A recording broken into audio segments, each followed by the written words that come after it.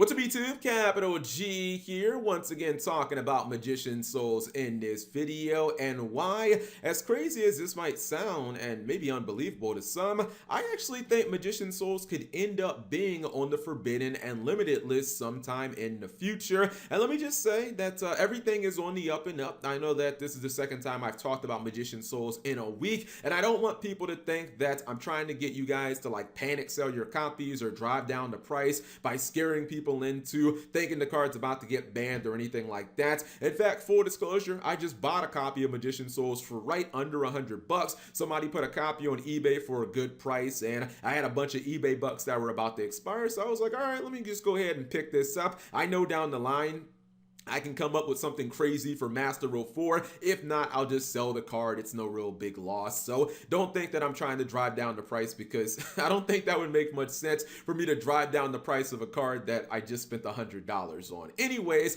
let's go ahead and talk about Magician Souls. So in my last video, I spent a good portion of the video talking about how Magician Souls was really good for its own archetype, that of course being Dark Magician. I said that it made DM more consistent, it made life a lot easier when going second, because you could resolve your copy of Circle in your first turn using Magician Souls. I also mentioned how the card was unexpectedly insane in the Spiral archetype, and of course Spiral is the deck that most would say is driving the competitive meta and arguably the best deck in all of Yu-Gi-Oh! For competitive anyways. I also mentioned how I believe Magician Souls had the potential to be kind of like a splashable engine in a lot of like competitive archetypes. I think I mentioned Trickstar and Evil Eye specifically, and I talked about how Magician Souls had a lot of potential because of the way Konami has crafted the game since essentially like the start of the Arc V era. But for the most part, my overarching point of that video was just that Magician Souls was going to continue being an expensive card, and there really wasn't much that we, the players, could do about it. Like, yeah, I didn't really see the price of the card dropping under $100 anytime soon, and that's because, at least in my opinion, I think Magician Souls just has too much potential. We already know that the card is great in Dark Magician, a beloved anime deck that's incredibly popular,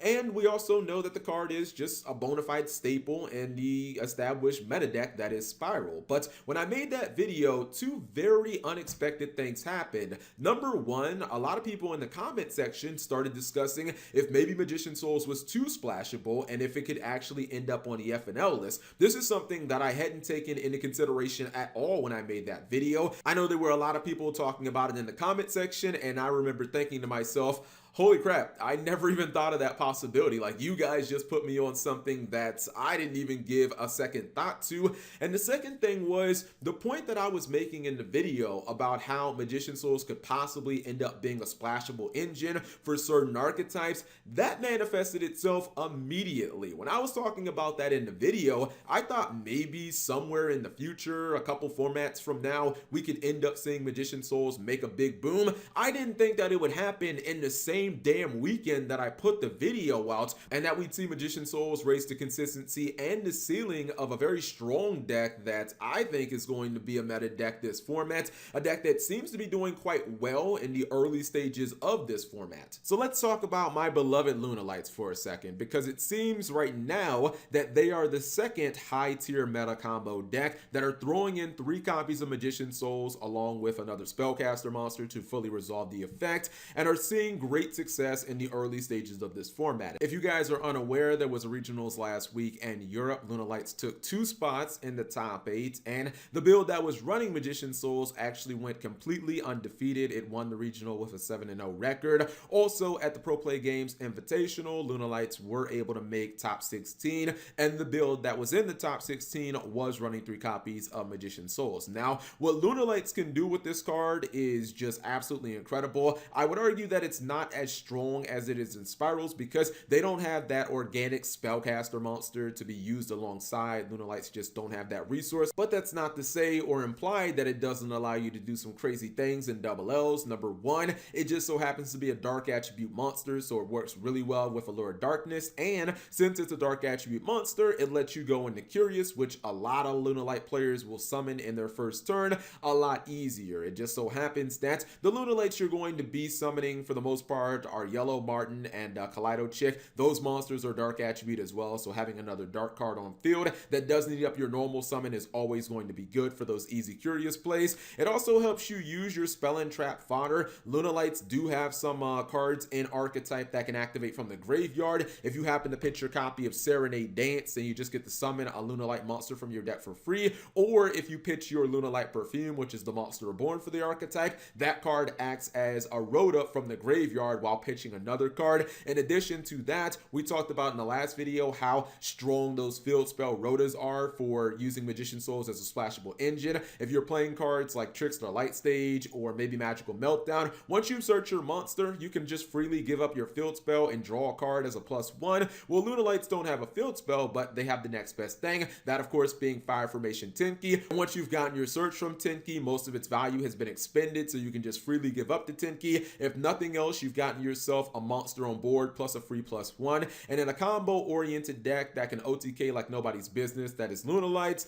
I think that's being able to just get free fodder on field for your link climbing and your Appaloosa plays, your curious plays, etc., that's always going to be valuable. So I feel like Lunalights with the current FNL list will be a high tier contender, and I think that Magician Souls, like if you can afford them, I think that you definitely should be playing this in Lunalights because they have the fodder needed to make this card pretty much always live. Okay, so now that we've established that Magician Souls is a card that's seeing a lot of high tier meta play, and we've established its legitimacy as a splashable engine, if you weren't buying all the hype of spirals, then I enter into evidence Exhibit B, which is Lunalights, and their results so far in the format, and the fact that a lot of those builds are running through Magician Souls as well. Let's talk about the actual possibility that this card could end up on the FNL list. Like, how realistic is it that this card could meet its demise by the hand or the ban hammer of Konami?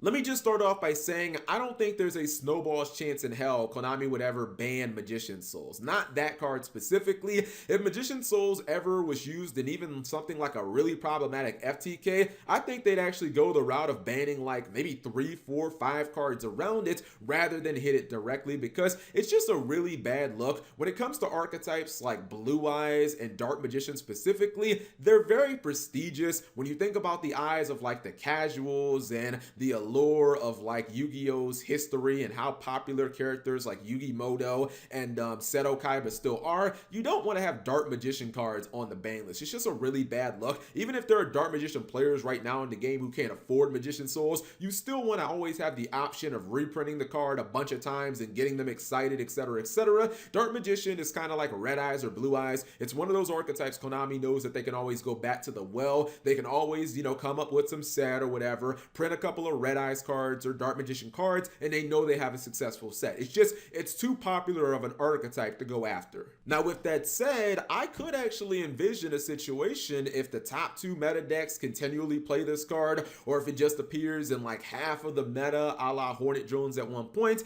I could see a situation where Konami maybe put Magician Souls at limited or semi-limited status. I don't think they want to kill this card's playability and completely, mainly because of the Dark Magician players, and putting it at 1 would still leave it a viable option for Dark Magician. It would definitely hurt the consistency, but it would still be there, and it would kind of feel like, whoa, I opened my superpower card. It would just feel really nice when you finally hit it with Dark Magician, and I think that would pretty much kill it when it came to terms of like playing it in the meta. Think of essentially like Speedroid, Take Tumborg, and Terratops. When Terratops went to 1, for the most part, you really didn't see it splashed on a lot of decks anymore because you had the same chance of drawing the Take Tumborg as the Terratops, and at that point, it's like the risk is really not worth the reward. I think the real question is, how strict does Konami really want to be with an archetype that is kind of like one of the faces of Yu-Gi-Oh, because this is a Dark Magician card after all. To me, I look at Magician Souls on its own merits, and I think it's actually kind of comparable to something like Brilliant Fusion. While I don't think the ceiling of Magician Souls is quite as high as Brilliant Fusion, I kind of feel like it can be more consistent. Like Brilliant Fusion, when you looked at it, obviously it had that super high ceiling. It gave you the ability to not just have 2 summons, but as we move towards Master Rule 4 and the inclusion of Link monsters, it could give you free Link material, as you could use the Seraphonite after you got your double summon and use that to Link climb, etc, etc. When you look at Magician Souls, while it doesn't give you as many bodies on board, or it doesn't give you the ability to get more summons, it does give you the potential to draw deeper into your deck. And as I've said before, since the Arc V era kind of started, Konami has just given so many archetypes, spells and traps that float from the graveyard, that have crazy effects that let you get, utility out of them when they're in the graveyard. Look at what Spiral are doing from the Spiral Mission Rescue. I mean, they're using that card to draw an additional card, and then they're using the Monster Reborn effect to summon your Master Plan from the graveyard. The same exact play, of course, could be used in an archetype like Trickstar with Trickstar Reincarnation. I think one of the problems that I personally have with Magician Souls, and why I would have no problem with it going to like 2 in the future,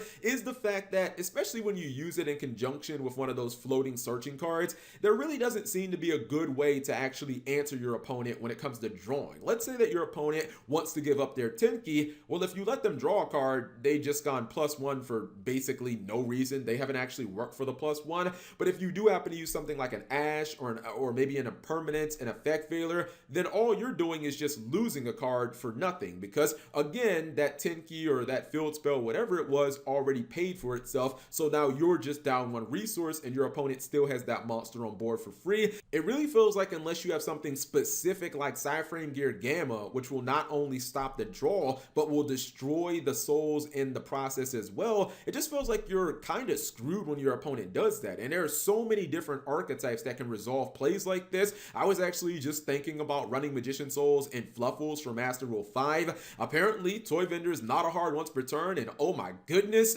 Toy Vendor plus Magician Souls is fucking stupid. Forget about getting a +1. If you send Toy Vendor to the graveyard, you actually get a +2 because you get the draw card and you get the search from Toy Vendor. And if you're talking about a Blind Go second deck getting a +2 for free and getting a monster for Cloth Sheet, basically like that's enough to kind of ensure that you should be able to win the duel. There was a duelist out there named Justin Magadio. He actually sent me a cubic deck that was doing some crazy things with Magician Souls. The duels themselves weren't super good, but the theory behind it was really good, because essentially every single cubic spell and trap card has an effect from the graveyard where you can banish it for stuff. So it really does feel like, on its own merit, that this card could definitely get itself hit. The last thing I'll talk about to kind of close this video out is, I guess, the risk associated with Magician Souls, and how, in my opinion, they kind of feel disproportionate to the reward. At least with something like Brilliant Fusion, you had to run the Garnet, and if you drew it, it was this dumb vanilla monster that didn't really bring much to the table. But really, what's the brick when it comes to Magician Souls? Like Apprentice Illusion Magician, which is what I'm seeing most commonly, that card doesn't feel like the worst brick ever. Number one, it can just special summon itself freely from your hand. You can use any of those floating spells and traps that we've talked about many times in these videos to summon it and then get bonus effects, or you can just run a very splashable engine that is Dangers. We all know about those. Pitch a danger monster and potentially get an effect to like summon another monster. Now your brick has turned into 2 monsters on field, and since we have Link monsters, we know what type of value 2 random bodies on field can be. So it really doesn't feel like there's a major downside associated with Magician Souls, and that could be another reason why this card ultimately does see a ton of meta play and eventually ends up getting hit. But these are just my thoughts, guys. You leave yours in the comment section below. Thank you guys for watching. As always, subscribe if you have not already, and turn on that notification bell for daily videos.